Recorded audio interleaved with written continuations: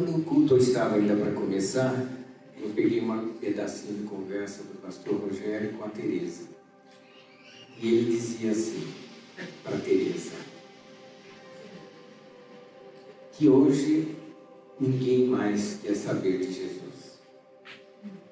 E é sobre isso que eu vou pregar hoje.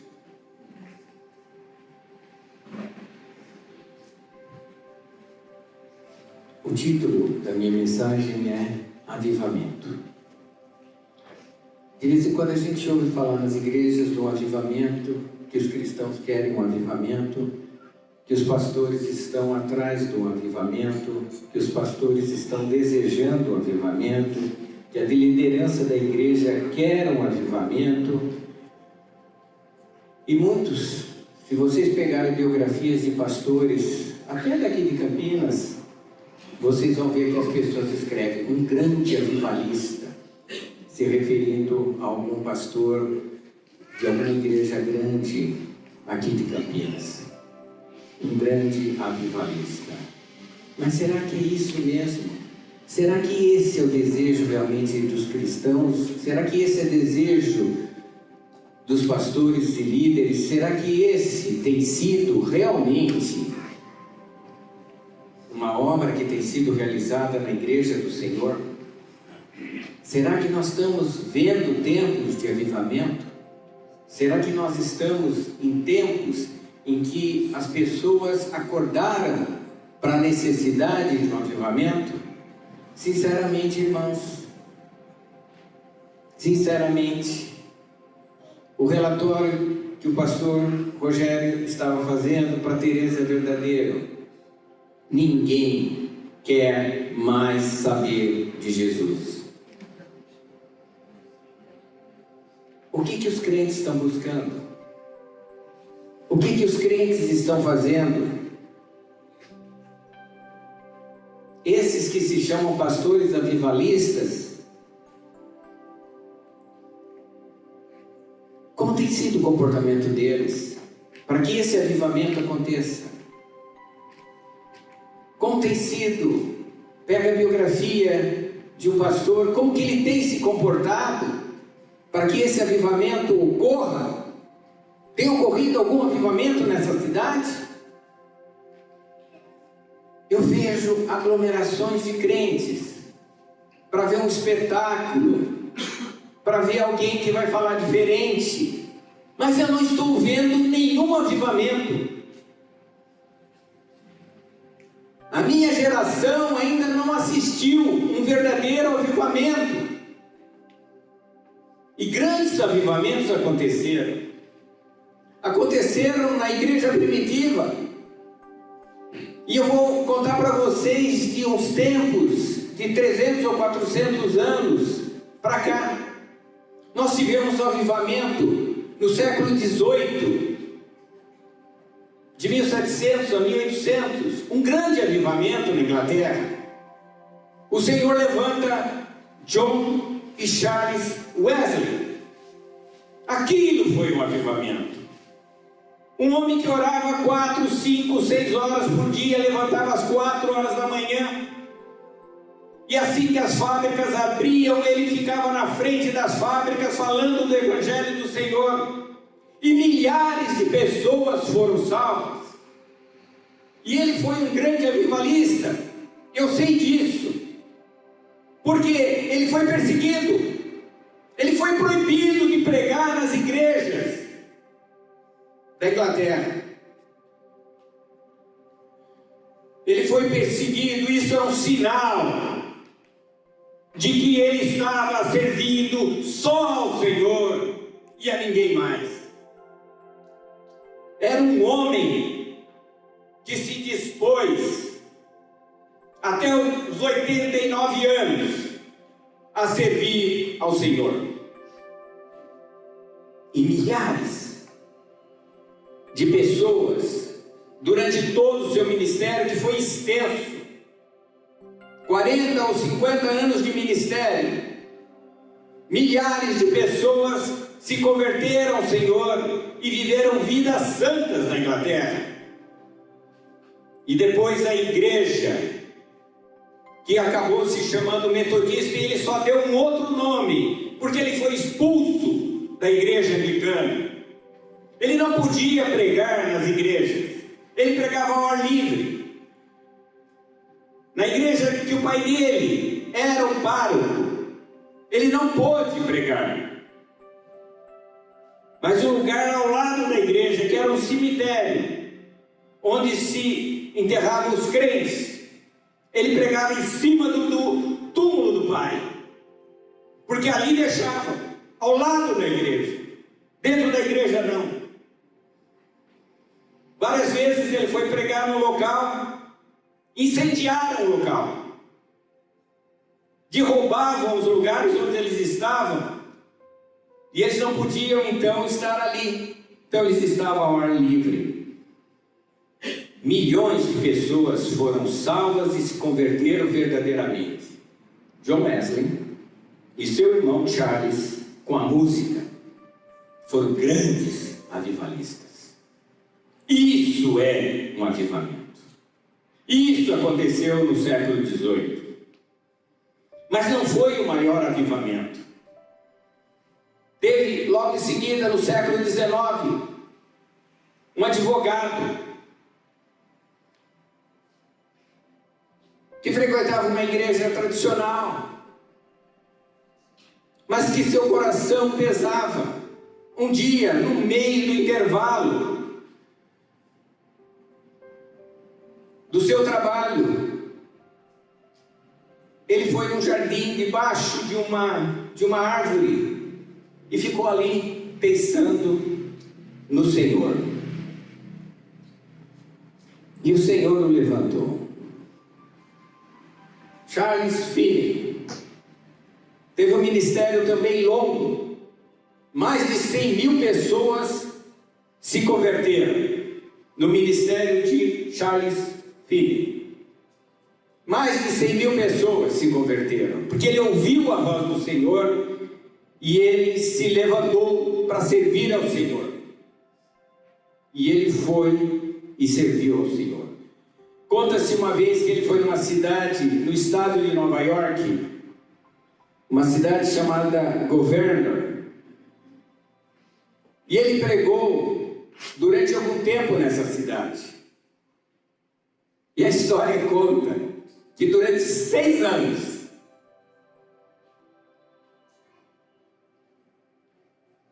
não houve mais teatro ou bailes naquela cidade.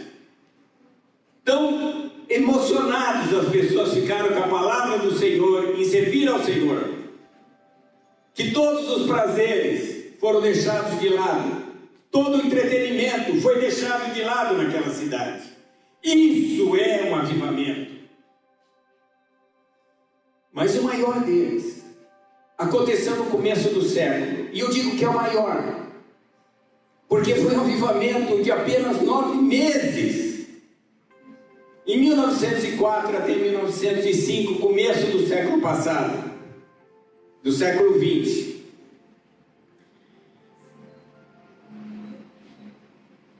O Senhor levanta um menino,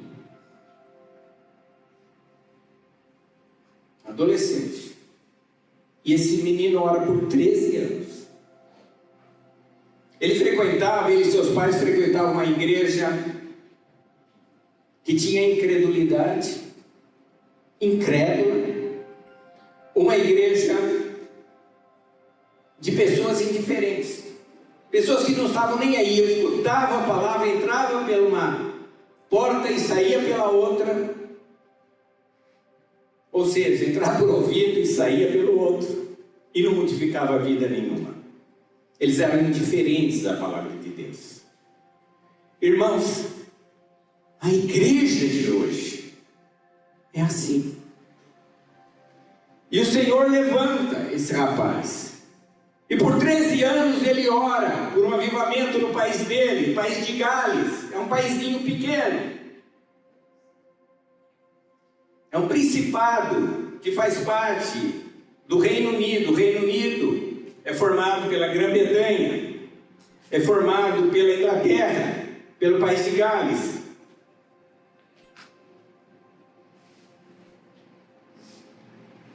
das Irlandas e parte da Escócia. Esse país pequeno, que em tese ele seria governado pelo príncipe de Gales, que é o filho da rainha, o Charles hoje. Esse país, durante 9 meses da pregação desse Ivan Roberts, 100.000 pessoas se converteram em 9 meses. É diferente do ministério de Wesley e de Finney, que foram longos. Aqui houve um avivamento em 9 meses. 100.000 pessoas se converteram. Isso é um avivamento. E só não foi maior, porque o Ivan Roberts, ele era tão consagrado que ele não cuidou da sua saúde. Ele morreu. E o ministério dele de 9 meses levou 100.000 pessoas para o céu.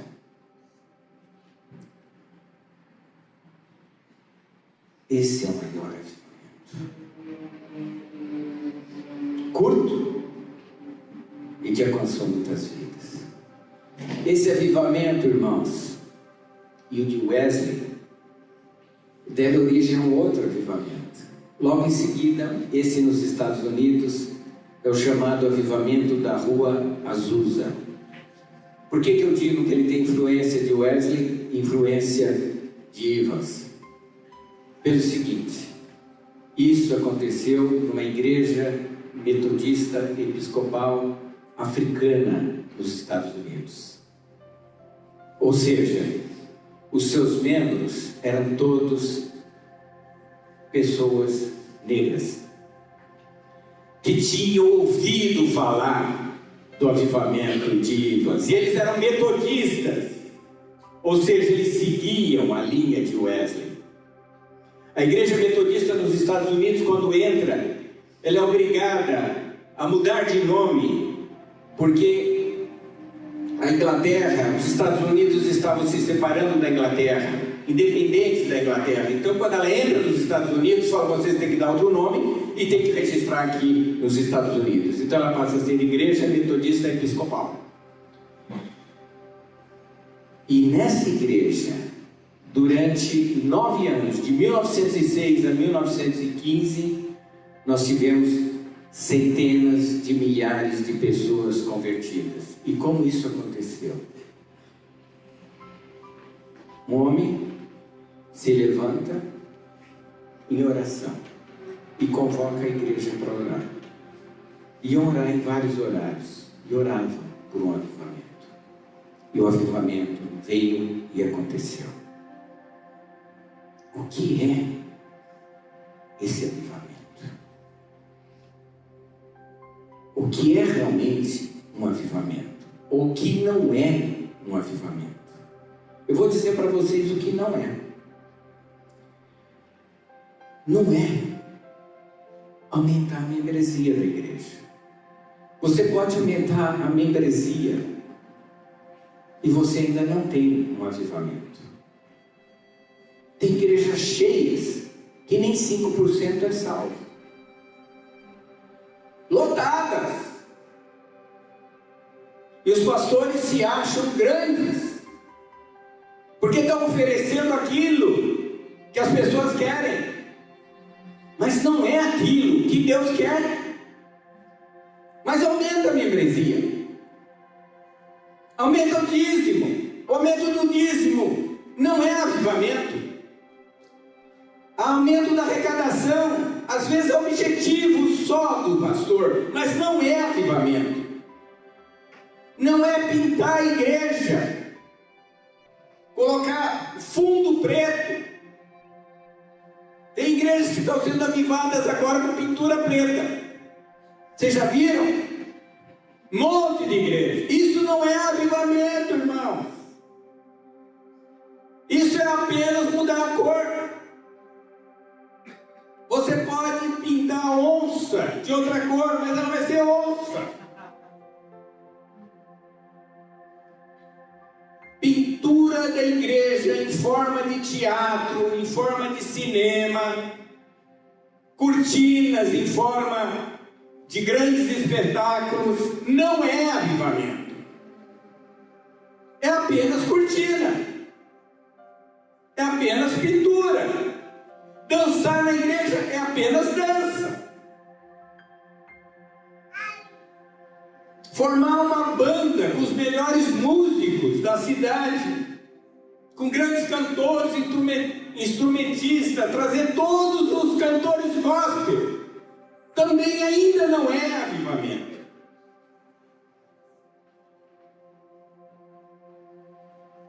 Não é mudar o banco da igreja, não é ter celebridade na igreja, isso ainda não é avivamento. Irmãos, avivamento não é um ajuntamento de gente religiosa,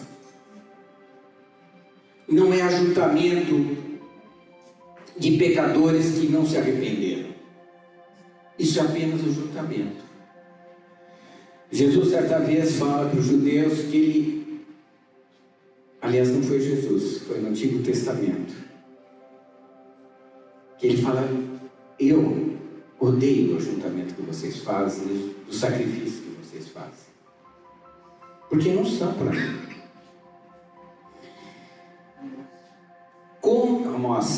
Como se descreve a igreja no tempo do Apocalipse? Será que ali, naqueles capítulos 2 e 3 de Apocalipse, há alguma fala sobre o avivamento da igreja? Vamos ler alguns versículos. Por exemplo, na igreja de Éfeso, no capítulo 2, no versículo 4 e 5, fala: vocês abandonaram, alguns, ou a maioria, abandonou o primeiro amor e caíram. Então a igreja de Éfeso está lá, caída. Contra ti que abandonaste o primeiro amor, lembra-te de onde caíste, arrepende-te e volta à prática das primeiras obras. Jeremias, no capítulo 2, no versículo 13, fala assim: 2 males cometeu o meu povo. A mim me deixaram o manancial de águas vivas e cavaram cisternas rotas que não retêm água. Irmãos, a igreja mencionada em Éfeso, que se refere àquela igreja antiga, mas se refere à projeção no futuro de uma igreja que simplesmente abandonou a palavra, abandonou o Senhor e foi buscar a inspiração em outras fontes. Tem algumas igrejas no Canadá, irmãos, que não leem mais a Bíblia, mas falam bonitas palavras de poesia e de filosofia. Você sai encantado da igreja. Que palavra, que pastora! Palavras lindas que ela falou, mas não está na palavra, irmãos. Foi buscar em cisternas sujas, foi buscar de fonte.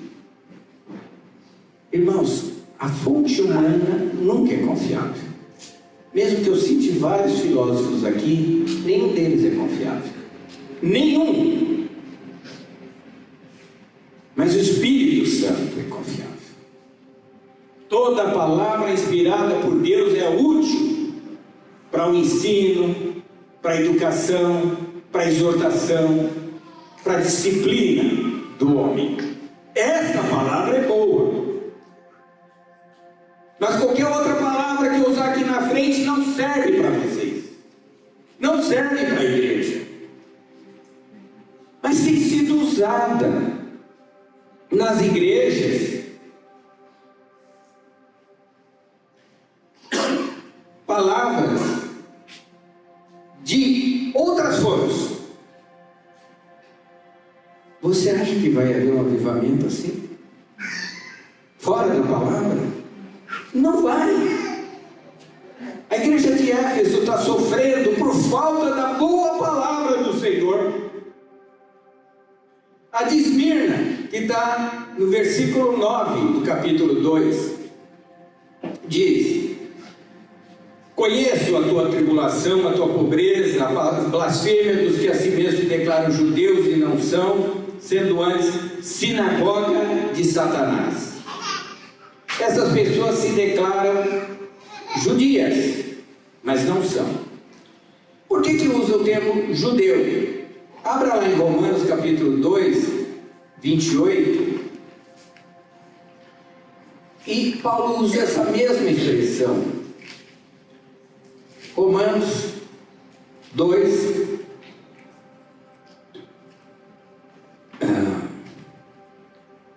28, 29, desculpa. 28, 29 diz: não é judeu quem o é apenas exteriormente, nem é circuncisão a que é somente da carne. Irmãos, aqui os antigos vão se lembrar dessa frase. Isso daqui é o Denorex. Parece que é, mas não é. Judeu é aquele que interiormente é. Circuncisão a que é do coração do Espírito. Irmãos, se não houver isso nas igrejas, parece cristão, mas apenas estão de terno e gravata. Cortaram o cabelo, não usam brinco, deixam o cabelo lá no espaço, mas não são cristãos. Costume não salva ninguém.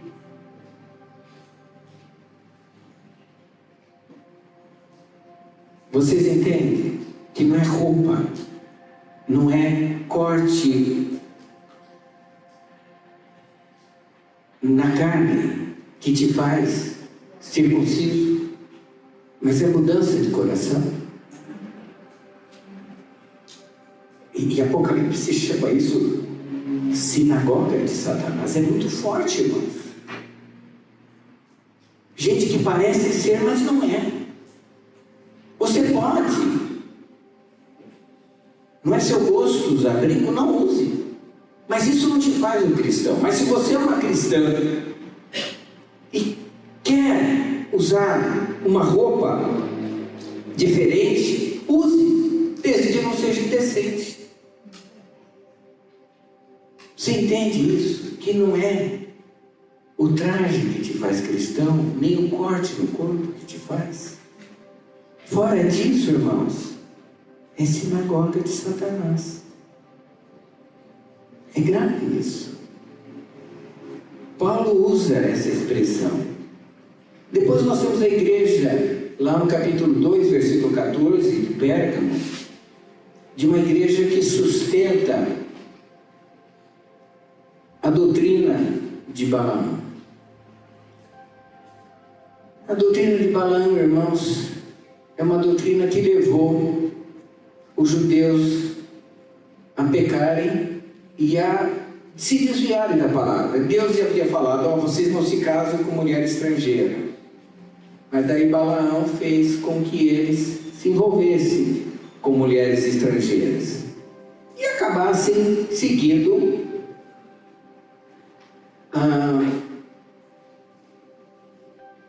simplesmente aqueles povos, e acabavam adorando outros deuses. Doutrina de Balaão.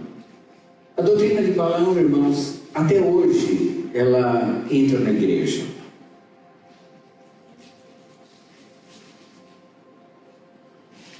Uma igreja muito liberal, ela contraria a palavra do Senhor. Às vezes nós somos muito chatos, às vezes a gente chama atenção por causa de alguma roupa menos adequada. Às vezes as meninas colocam na internet. Você não deve fazer isso. Essa liberalidade não é boa, porque é do mundo. Foi isso que Balaão ensinou. Não tem problema nenhum, irmãzinha. Pode fazer o que você quiser com o namorado. Não é assim, irmãos. A palavra é muito clara quanto aos costumes. Esses são costumes dados por Deus. Para você não se prostituir, para você não pecar em pecados de sensualidade, para você não ficar curtindo filme que não deve, internet que não deve, etc. Vocês sabem do que eu estou falando. E tem igreja que é liberal. Os irmãos querem casar, vocês dois aí, João e Marcos, vem aqui, eu caso vocês. Não dá, irmãos. Casamento é instituído desde a Gênesis, homem e mulher. Não existe casamento de mulher com mulher e homem com homem. Eu posso amar esses dois irmãos e deixar eles ficar assistindo os cultos sem problema, mas eu não faço o casamento deles. É bom que eles ouçam a palavra? É bom. Mas eu não vou contrariar meu Deus para agradá-los. E nem vou agradar o Supremo Tribunal Federal ou as autoridades. Eu não faço. O senhor vai ser preso. Não faço. Procurem outro besta para fazer. Eu não. Eu não vou contrariar o Senhor. Mas a igreja de Pérgamo tolerava. Existe igreja hoje assim? Essa igreja vai ter algum avivamento, irmãos? Ela precisa de um avivamento. Mas ela não está avivada. Depois nós temos a de Tiatira, que é uma profetisa, Jezabel, capítulo 2, versículo 20. Nessa igreja, a igreja tolerava Jezabel. Tolerava que a profetisa chegasse lá e falasse, mesmo que contrariasse a palavra. Vocês estão tolerando isso, irmãos? Irmãos, profecia é o seguinte: profeta falou, tem confirmação na igreja? Então é profeta. Profeta falou, não tem confirmação, não é profeta coisa nenhuma, fecha a boca. Pastor mandou, desce, irmãzinha, desce daqui. Tem que tomar muito cuidado com as profetisas, porque tem muita Jezabel que se levantaram nesse mundo. A de Sardes, irmãos. E sabe o que faz? Por que Apocalipse usa a profetisa Jezabel? Por que usa Jezabel para indicar uma profetisa?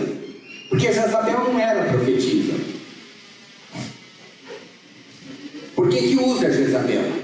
Jezabel era mulher do rei Acabe, o rei de Israel. Ela era mulher dele. Ela não era profetisa, mas ela tinha centenas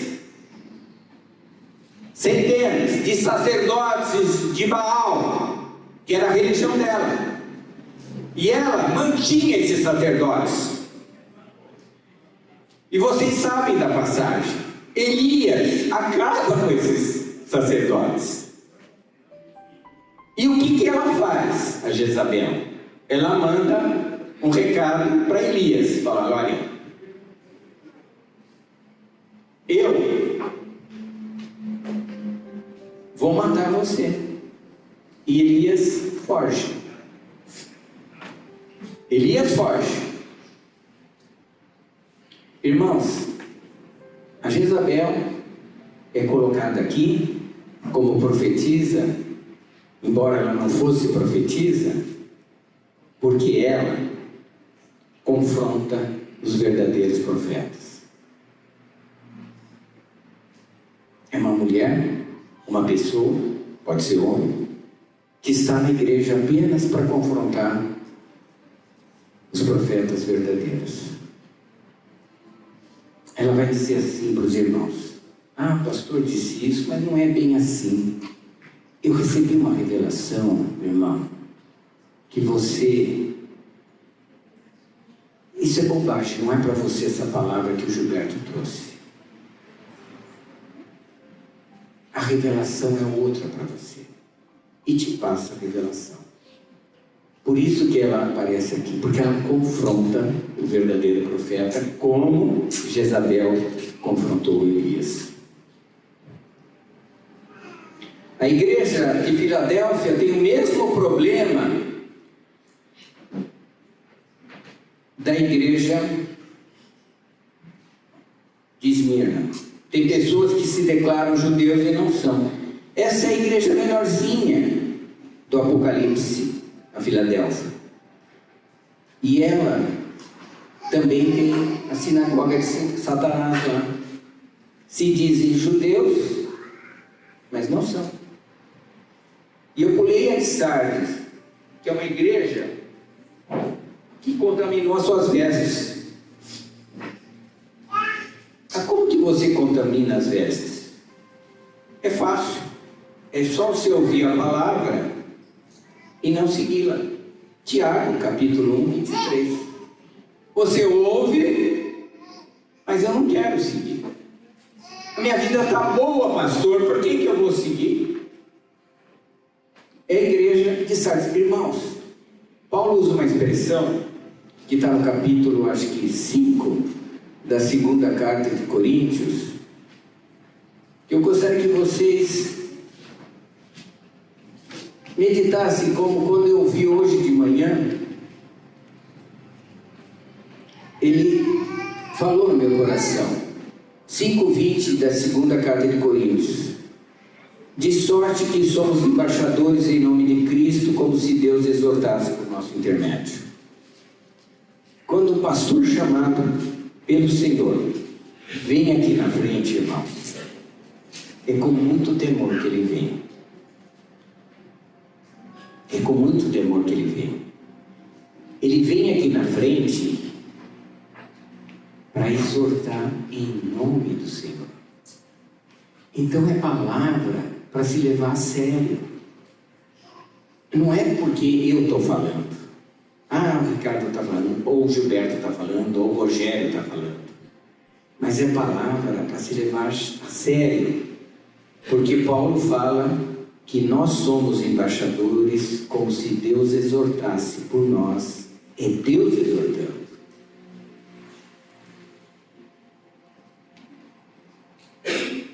Pelo intermédio dos pastores. Eu poderia não estar aqui, irmãos. Eu poderia não vir aqui aos domingos.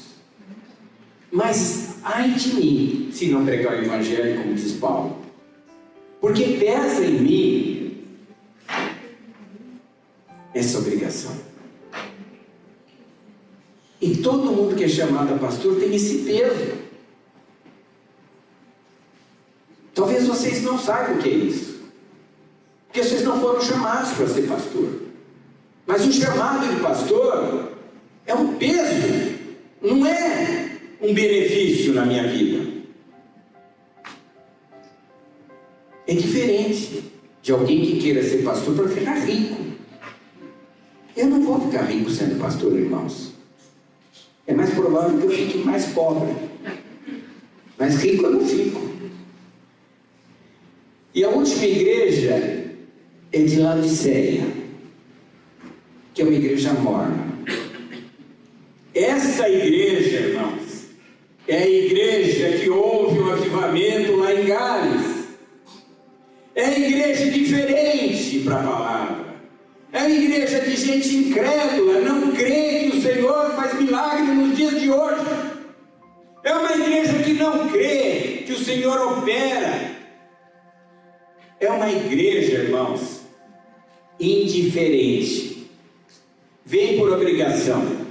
Quando eu era católico, minha mãe falava: tem que ir na missa todos os domingos, porque isso é pecado, se você não for. Eu ia na missa, mas eu ia porque era pecado. Eu ia porque era uma obrigação e porque, se eu não fosse. Quando eu fiquei maiorzinho, eu comecei a desobedecer minha mãe, não ia mais. Mas, enquanto eu estive sob a tutela dela, eu ia, porque ela mandava ir. Então eu ia. E tem gente que vem ao culto por causa disso, está cheio de gente assim.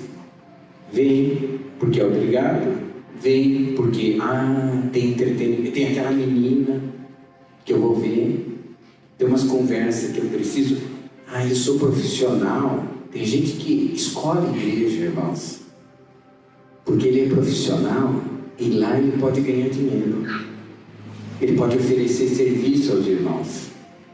É um crente maçom. Eu vou na igreja fazer, o irmão me ajuda, eu ajudo o meu irmão, eu presto serviço para ele me paga. Então eles vão em igrejas, pessoas que têm bom renda, bom rendimento, porque ali eles podem vender seus serviços. Você acha que alguém gosta de ser pastor da periferia? Esses pastores grandes, eles não vêm para a periferia, porque eles querem salários altos. E salários altos só com igreja de gente rica. E eles passam aquela, como chama aquilo lá? A redinha ou a maquininha, eles passam todos os dias em todos os cultos. Uma vez eu fui passar filme numa igreja, e era um filme de 4 rolos. Era um filme que eu passava sobre a vida de Jesus. O Evangelho segundo São Lucas, eu passava esse filme e ele durava 2 horas. Então, a cada 30 minutos eu tinha que trocar um rolo. A cada vez que eu trocava o rolo, o pastor passava a cestinha. Né?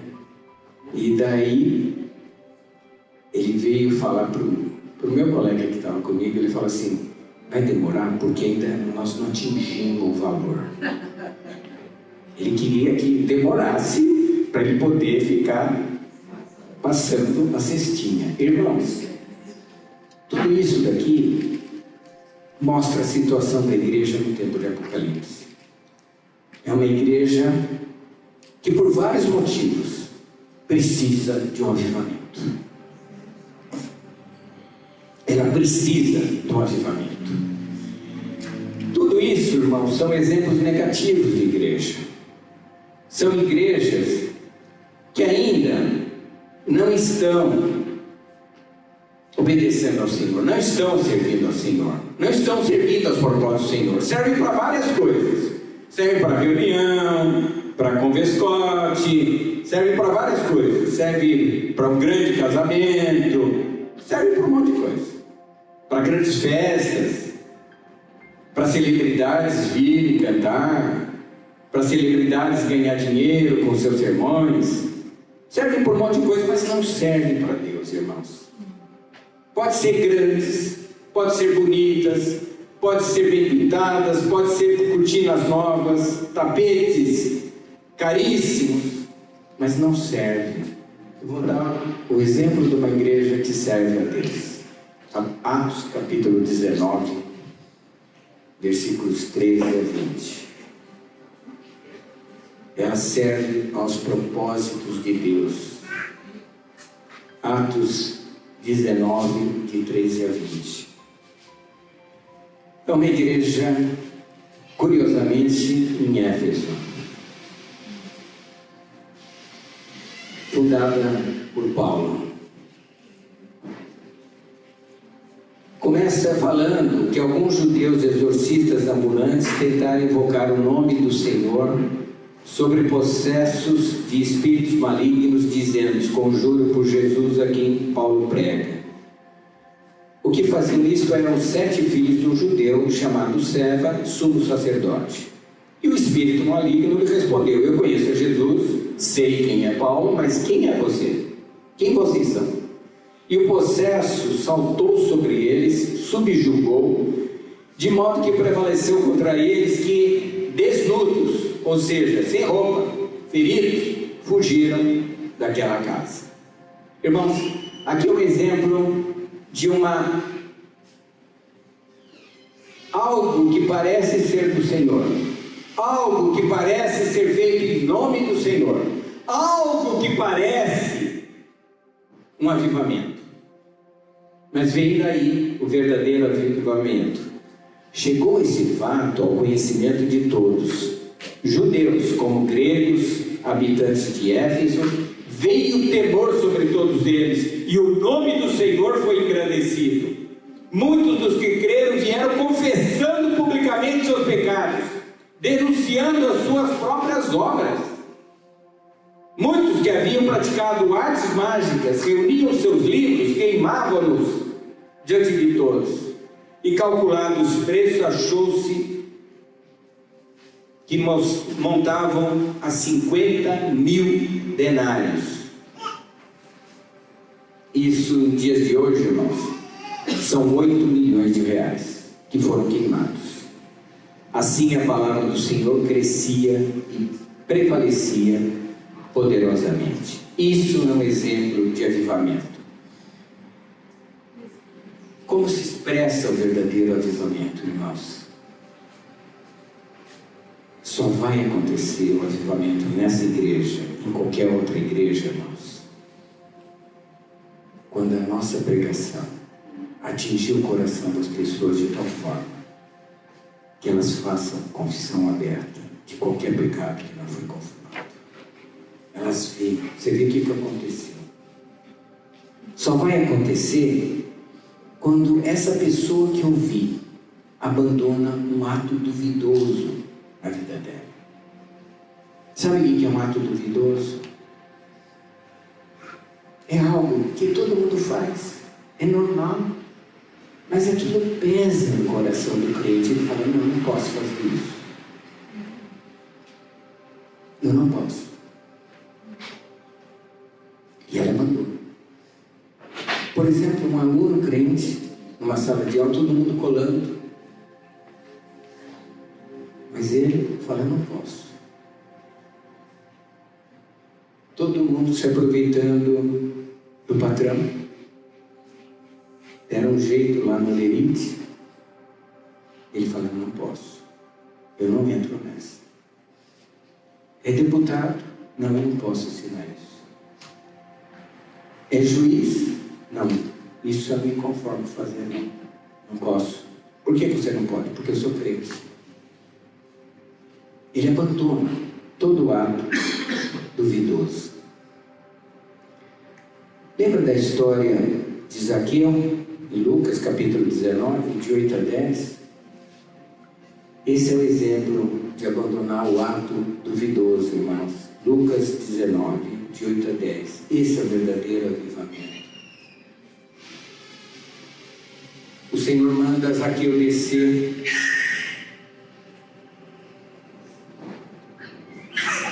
da árvore que ele estava, né?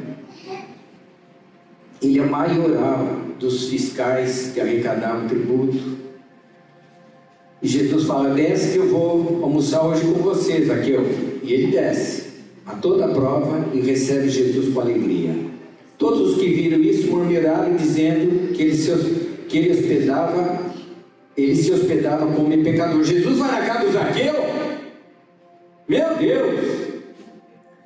Entre mentes, Zaqueu se levantou e disse ao Senhor: Senhor, eu resolvo dar aos pobres metade dos meus bens, e se alguma coisa eu tenho desfraudado a mim, eu restituo 4 vezes mais. E Jesus responde: hoje houve salvação nessa casa. Esse é um verdadeiro filho de Abraão. Esse se converteu de verdade.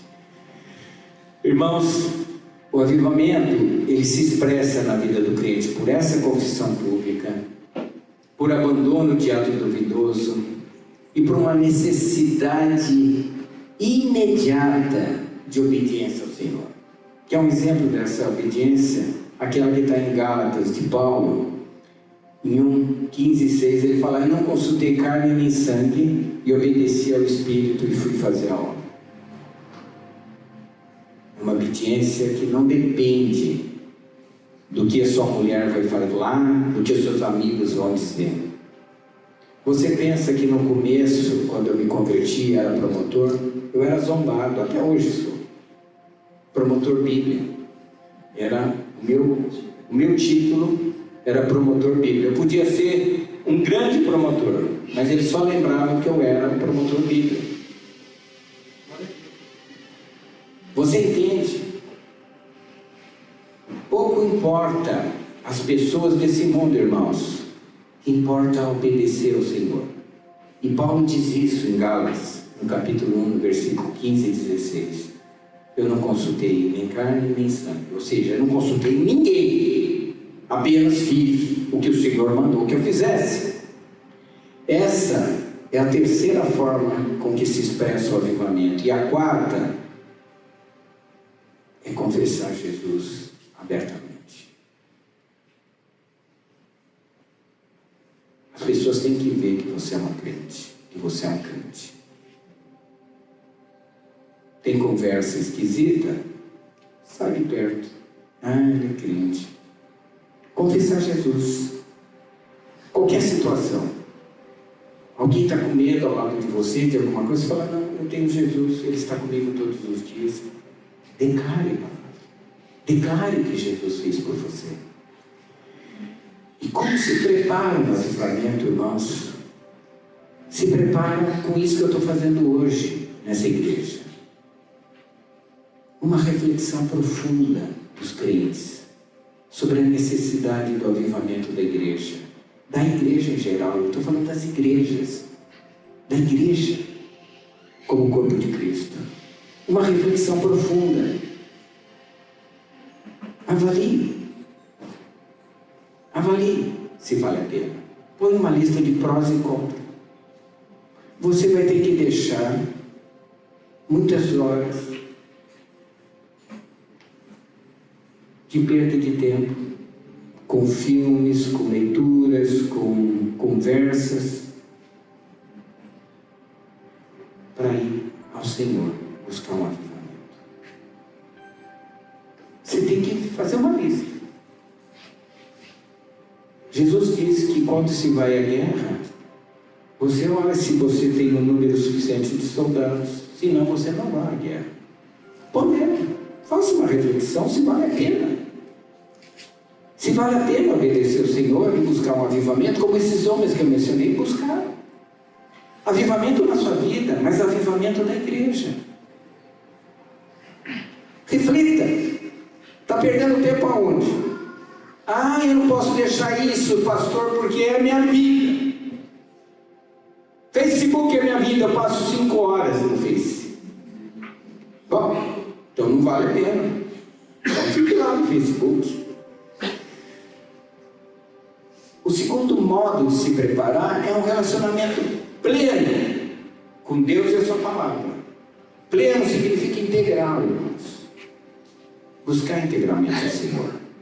Onde Deus não está entrando na sua vida? É no trabalho? É no estudo? É no ônibus? Onde Deus não está entrando na sua vida? Nós vimos a semana passada o testemunho do missionário. Onde Deus não está entrando na sua vida? Você tem que ter um relacionamento pleno com Ele. Corpo, alma, espírito, olhos, ouvidos, mãos e pés. Relacionamento completo com Deus e a sua palavra. Mas sobretudo, irmãos, você tem que começar a reconhecer seus pecados. É duro o reconhecimento do pecado. Às vezes parece que dói a alma. Mas, Senhor, eu pequei nisso. Não pequei, Senhor. Foi uma falhazinha minha. Você pecou, irmãos. Reconhece. O que custa reconhecer? E você tem que ter um desejo ardente, irmãos, de não mais pecar. Isso se chama santificação. Eu pequei, Senhor. Fiz isso mesmo. Olhei, mexi, tirei, roubei, subtraí, menti. Fiz isso, Senhor. Eu fiz isso. Eu sou um canalha mesmo. Mas eu não quero mais pecar. É um desejo de não mais fazê-lo. E o resumo de tudo isso que eu disse, irmãos, é aquela passagem de Deuteronômio 10, 12, mas ela também tem em Miqueias. Miqueias, no capítulo 6 a 8, é mais ou menos a mesma coisa que fala Deuteronômio, capítulo 10 e 2. Miqueias, capítulo 6, versículo 8. Você veja que uma palavra que foi pregada lá para os judeus no Deuteronômio, 2000 anos antes dessa que foi pregada por Miqueias. E o Senhor fala a mesma coisa porque era necessário falar a mesma coisa. E eu falo hoje para vocês porque é necessário falar hoje.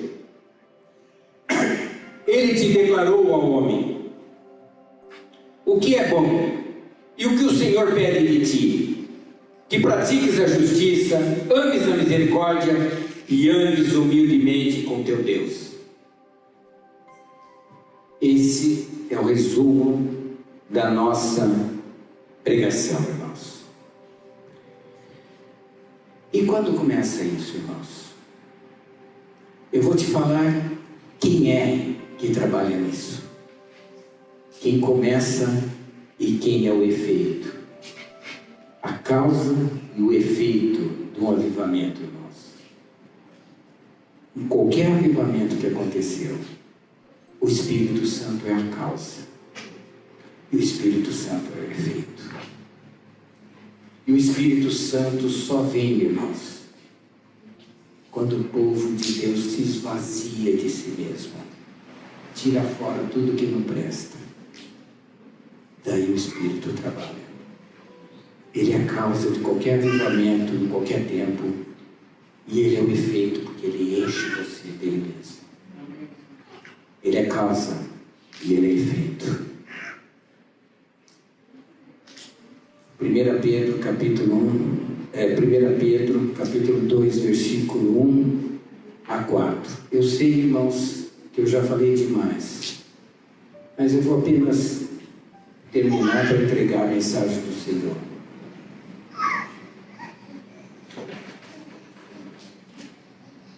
Pedro capítulo 2 diz assim: despojando, portanto, de toda maldade e dolo, esvaziando-se, irmãos, de hipocrisia, de inveja, de toda sorte de maledicência, desejai ardentemente como crianças recém-nascidas o genuíno leite espiritual, para que seja dado a vocês o crescimento para a salvação, se é que vocês têm a experiência com o Senhor de que Ele é bondoso, chegando para Ele a pedra viva, rejeitada, sim pelos homens, mas para Deus pedra preciosa.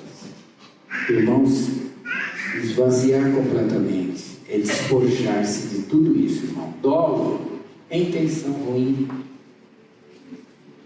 Qualquer intenção maldosa é dolo. Maledicência, irmãos, é qualquer fofocazinha. Hipocrisia é você se apresentar que você é, mas você não é. Maldade é tudo, irmãos. É roubar, mentir, todo tipo de pecado é maldade. E eu prometo para vocês que essa igreja e cada um de nós buscar dessa forma o Senhor, virá sobre nós o verdadeiro temor do Senhor. Virá arrependimento, igreja.